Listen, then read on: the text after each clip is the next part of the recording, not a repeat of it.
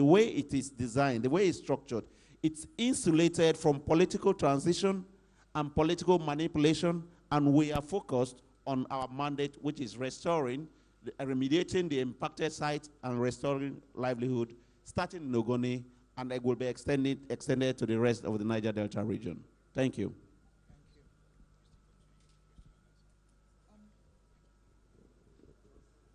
I'd just like to ask if there's, because we're not going to meet again for a long time. Is there anybody who wants to ask anything? Thank you. Sir, you've talked enough. Let somebody.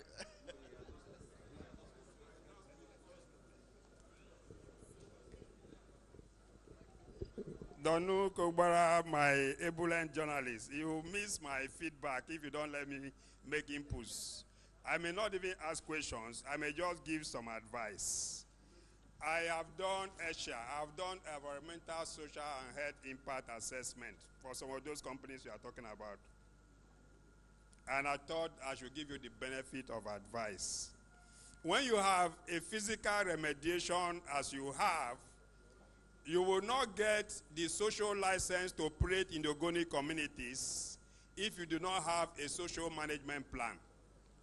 Your social management plan will include your health, your water, your education, all those social aspects which could proceed while you are still tendering for contractors and pre-qualifying them.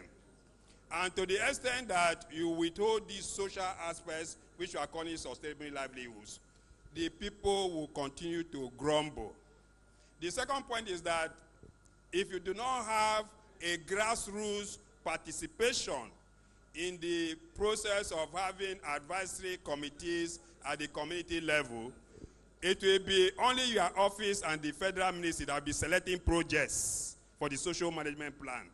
Like my sister asked, what projects do you have for this area, this LGA, this area? It is the communities who will select projects. It will be coming from the grassroots, so that it will not be seen as if only the high prep, which is implementing projects, is also selecting projects. And I just want to add that when I heard about the pre-qualification of contractors for cleanup, and the project coordinator emphasized it, that you need to be qualified. When you're assessing companies that just came up with multinationals, you are already putting an uneven playing field for the communities. It happened to us in the element petrochemicals. When they started, they put, say, qualification, and we went as host communities. And we said, reserve this for host community. When we get it, we'll find the person who will do it. If you do not reserve certain contracts for the host communities, you just say qualify. We will not qualify, and we will not give you the social license to operate. So if you want social license to operate, some contracts, some particular jobs must be reserved for host communities. And the host communities will now work with you to select those who will do the job. I just thought I should give you this advice. Thank you. All right. That's more of a piece of advice for the office of the project coordinator. Just sit wherever you are. The microphone will roll to you. It's going to roll to everybody as long as you have a question to ask, please.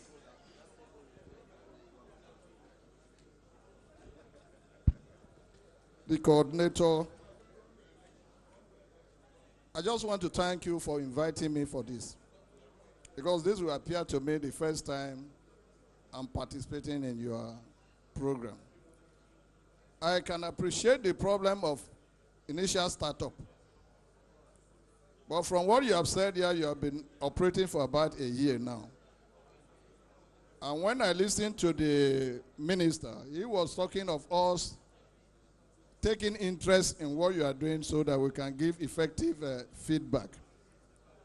Now, it's a bit difficult to give feedback if you don't know what is going on. I would think that now that you have settled down, if you have a clear strategic plan for this project, because we say it is a project. If it is a project, there should be a strategic plan and strategic action plan. The question is, what are they? I mean, when you are answering one of the questions, you say the project has a lot of sequence, processes. Okay? Is it possible for us to have a strategic direction or goal that we are pursuing, and then the actions that we need to carry out in order to achieve that goal? If possible, with timelines, broken down within so and so period, this is what we are going to do, so that as we follow, we'll be able to monitor and observe. We said we are going to do this between this time and now. To what extent have we succeeded? If there are challenges, what are they? What can we do in order to readjust it without missing the goal? I would think that when we meet again like this, it will be easier for us to say, last time we met, this is where we were, this is where we are going. Because if we keep coming to say that we are doing this without being specific, it will become a bit difficult. Even when we talk of livelihood, what are they? What are the items? Are we talking about Greek? Are we talking about manufacturing? So that people will be able to know what to key into. I would have thought that if it is really an Ogoni stakeholders meeting that we're holding today, I would have thought that as we are sitting down here, you have talked about business opportunities. Those business opportunities should be rolling there on the screen so that people can go back and say, look at this, these are the opportunities that exist. And like Professor Lord said, are all the activities the same, that they must have the same statutory requirement for people to key into?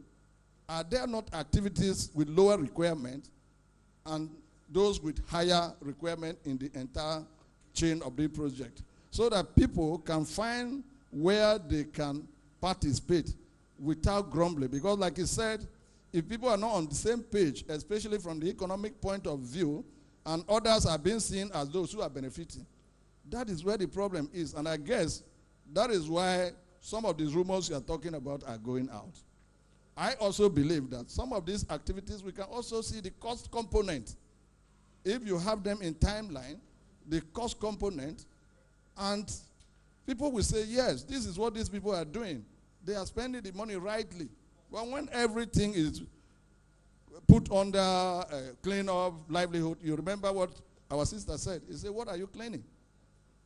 To what extent are you cleaning? Somebody can decide to dry clean his clothes or wash it as his backyard, and it's all washing. So what are we cleaning, and to what extent are we cleaning? So I think if we begin to share some of these informations when we meet like this, it will be very, very fine. And when we also want to do press briefing, let's call it press briefing. When we want to do stakeholders, we do stakeholders. Because some part of this event, we could confidently have sat behind our television, if given the time, watch, and then we go away. Thank you. Yes, the project coordinator may want to, or do we take all the questions? Okay.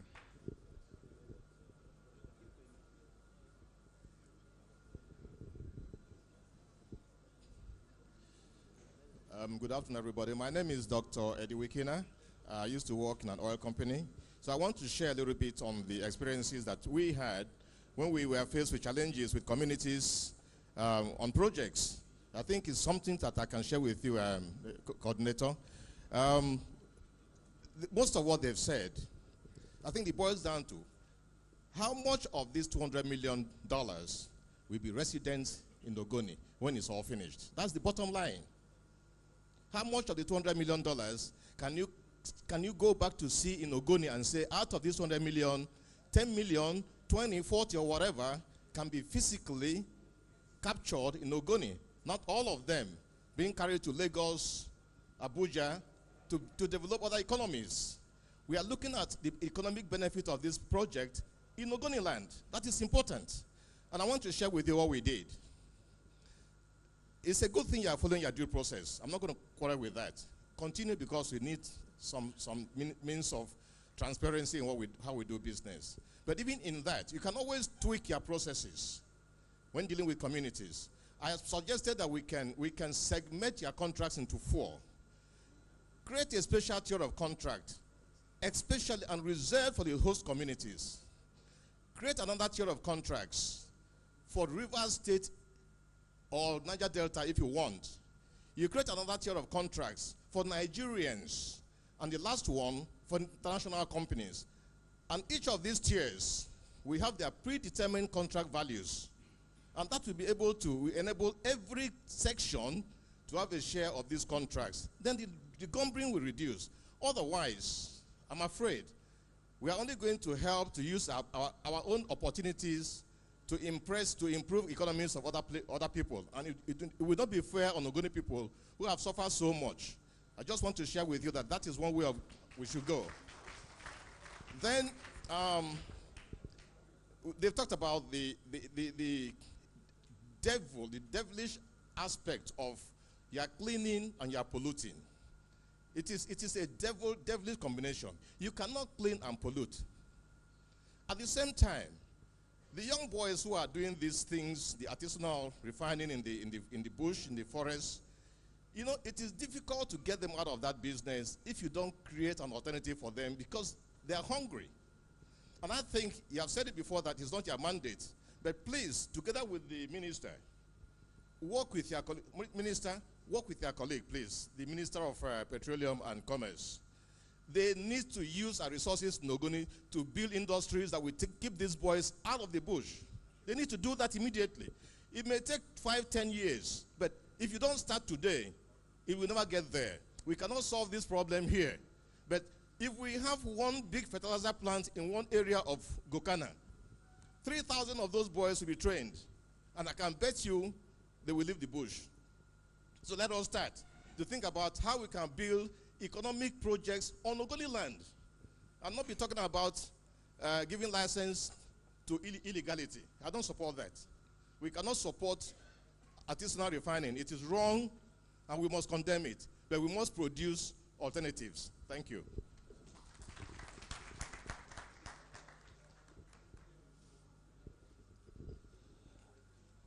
All protocols observed. My name is Marvin Yobana. I'm from Ogoni.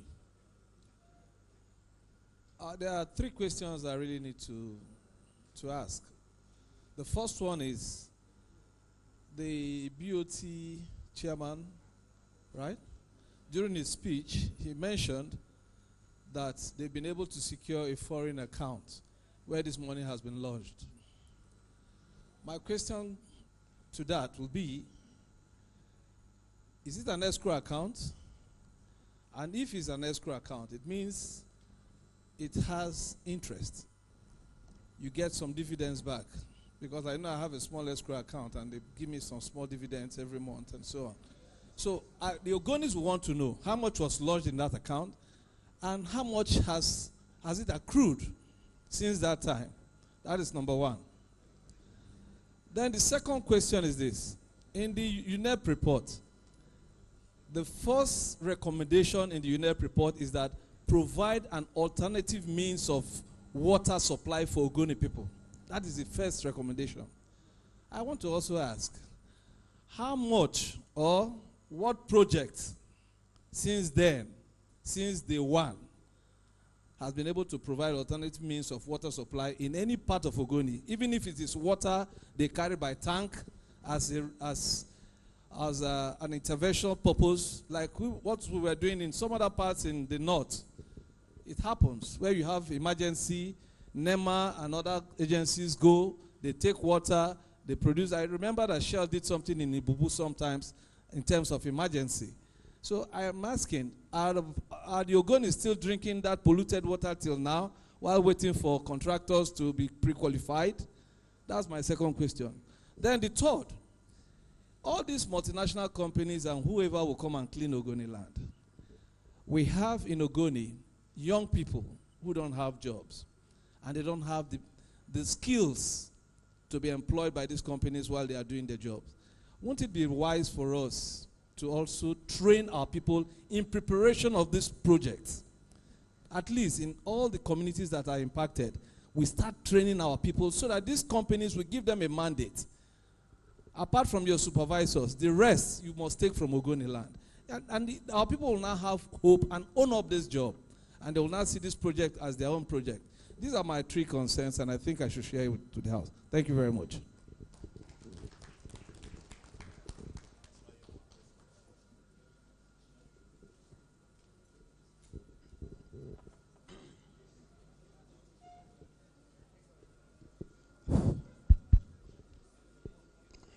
My name's Chief Joseph Obaresiaka. I'm from One in Eleme local government. May I pray to stand on all existing protocols? My good people of Ogoni land, I want to tell us one single truth. Truth is bitter, but we need to tell ourselves the single truth. This thing, the news we are hearing today, that money is in account. 1 year ago or 2 years ago, some of us thought it's a child play. Buhari will not do anything as an Hausa man. Now, it has come to reality that money is on our table. Let us think of how to make peace and eat this money. Our PC here is a son from Ogoni. Even the most interesting part, the interviewer said in an international what is an Ogoni woman. What do you think that Ogoni man did not know for Ogoni man? Please, the truth is bitter. Let us allow our son we have choose to use the instruments around him to operate in Ogoni land. All our wisdom and knowledge, we should pass it to him. I believe if we abandon all the ideas, too much ideas we have, we are going to succeed. Even there is a good way. When our brother, Professor Ben, made a comment here in support of what Kagote president said, he said there should be food on the table for Ogoni people while this cleanup is going. What I was expecting from us today is to call our brother, Dr. Kevin or Marvin, to think of a way for Ogoni man to eat out of the pot.